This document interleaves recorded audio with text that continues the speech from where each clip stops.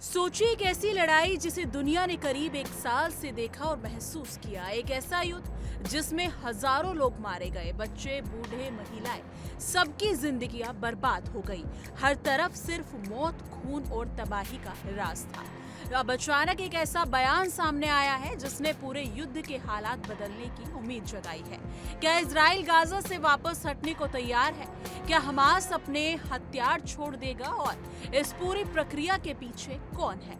हाँ, वो है अमेरिका के राष्ट्रपति डोनाल्ड ट्रंप, जिन्होंने एक ऐसी शांति योजना पेश की है जिसके लागू होने पर ये पुराना और खून खराबे वाला संघर्ष खत्म हो सकता है। आज हम इसी योजना के बारे में विस्तार से जानेंगे, समझेंगे कि इसमें क्या है, दोनों पक्ष क्या सोच रहे हैं और आखिरकार क्या ये योजना सफल हो पाएगी या फिर एक सपना ही रह जाएगी। इसलिए वीडियो को अंत तक जरूर देखें, क्योंकि ये खबर हर उस इंसान के लिए जरूरी है जो दुनिया में शांति चाहता है। अब थोड़ा पीछे चलते हैं अक्टूबर 2023 के उस भयानक दिन की तरफ जब हमास ने अचानक इजराइल पर हमला कर दिया। हजारों रॉकेट दागे गए और कई सशस्त्र हमले हुए। इस हमले ने न केवल इजराइल में डर और दहशत मचा दी, बल्कि इसके जवाब में इजराइल ने भी गाजा पट्टी पर व्यापक बमबारी शुरू कर दी। इस लड़ाई में दोनों तरफ भारी तबाही हुई। गाजा में अस्पताल, स्कूल, घर सब तबाह हो गए। लाखों लोग बेघर हो गए। इतनी बड़ी तबाही के बाद भी दोनों पक्षों की लड़ाई नहीं रुकी। आज भी वहां की स्थिति बहुत नाजुक है। हर दिन मौत का खतरा बना हुआ है और पूरी दुनिया इस युद्ध को खत्म करने की कोशिश कर रही है। लेकिन क्यों नहीं रुक रहा ये युद्ध? जी हाँ, यानी कि ये जंग पूरी क्यों नहीं रुक रही है? क्योंकि दोनों पक्षों के बीच गहरी नफरत, सुरक्षा की चिंताएं और राजनीतिक जटिलताएं हैं, जिन्हें समझना बेहद जरूरी है। अब आते हैं उस मोड़ पर जब अमेरिका के राष्ट्रपति डोनाल्ड ट्रंप ने अचानक एक नया बयान दिया।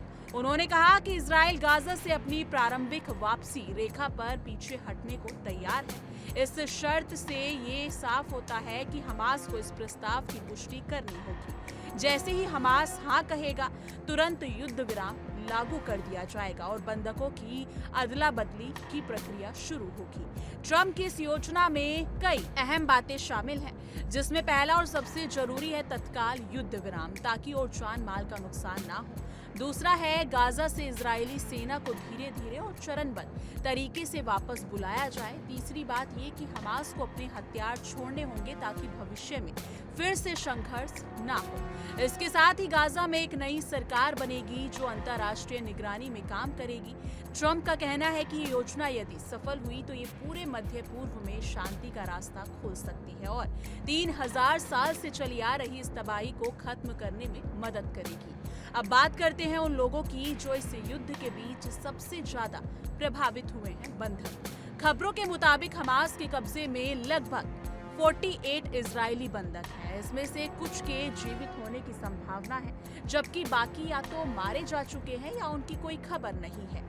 ये परिवारों के लिए सबसे बड़ा दर्द है, जो हर दिन अपने अपनों को लौटने का इंतजार कर रहे हैं। ट्रंप की योजना में स्पष्ट तौर पर कहा गया है कि सभी बंधकों को छोड़ा जाएगा और मृत बंधकों के शव भी उनके परिवारों को वापस लौटाए जाएंगे।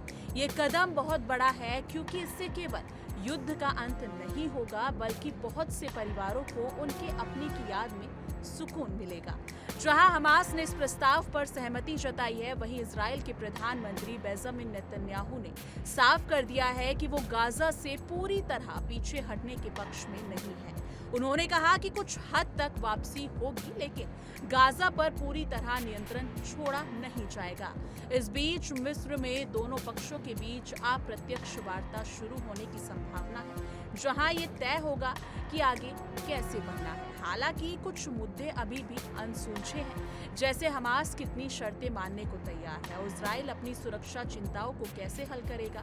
इसलिए कहना जल्दबाजी होगी कि सब कुछ तय हो गया है, लेकिन बातचीत की शुरुआत एक सकारात्मक संकेत जरूर है। दुनिया भर के कई देशों ने इस शांति योजना का समर्थन किया है, क्योंकि कोई नहीं चाहता कि निर्दोष लोगों का खून बहे। भारत भी इस मामले में सक्रिय रहा है। भारत सरकार ने युद्ध के दौरान अपने नागरिकों को सुरक्षित निकालने का काम किया और लगातार युद्ध विराम की अपील की। भारत का रुख हमेशा से स्पष्ट रहा है, आतंकवाद के खिलाफ बड़ा कदम और शांति की वकालत। इसके साथ ही भारत ने मानवीय मदद भी भेजी है ताकि गाजा की तबाही में फंसे लोगों को राहत मिल सके। इसलिए भारत इस प्रक्रिया में एक जिम्मेदार और सकारात्मक भूमिका निभा रहा है, जो पूरे क्षेत्र के लिए एक उम्मीद की किरण है।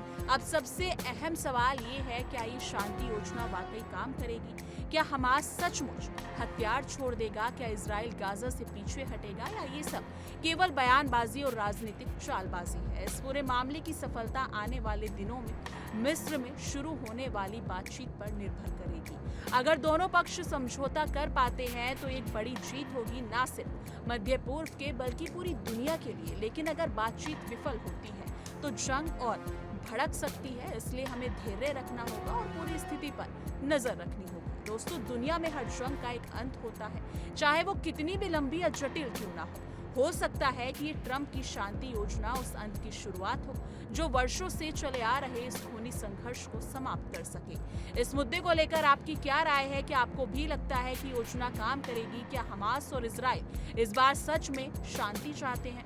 नीचे कमेंट सेक्शन में अपनी राय जरूर साझा कीजिएगा।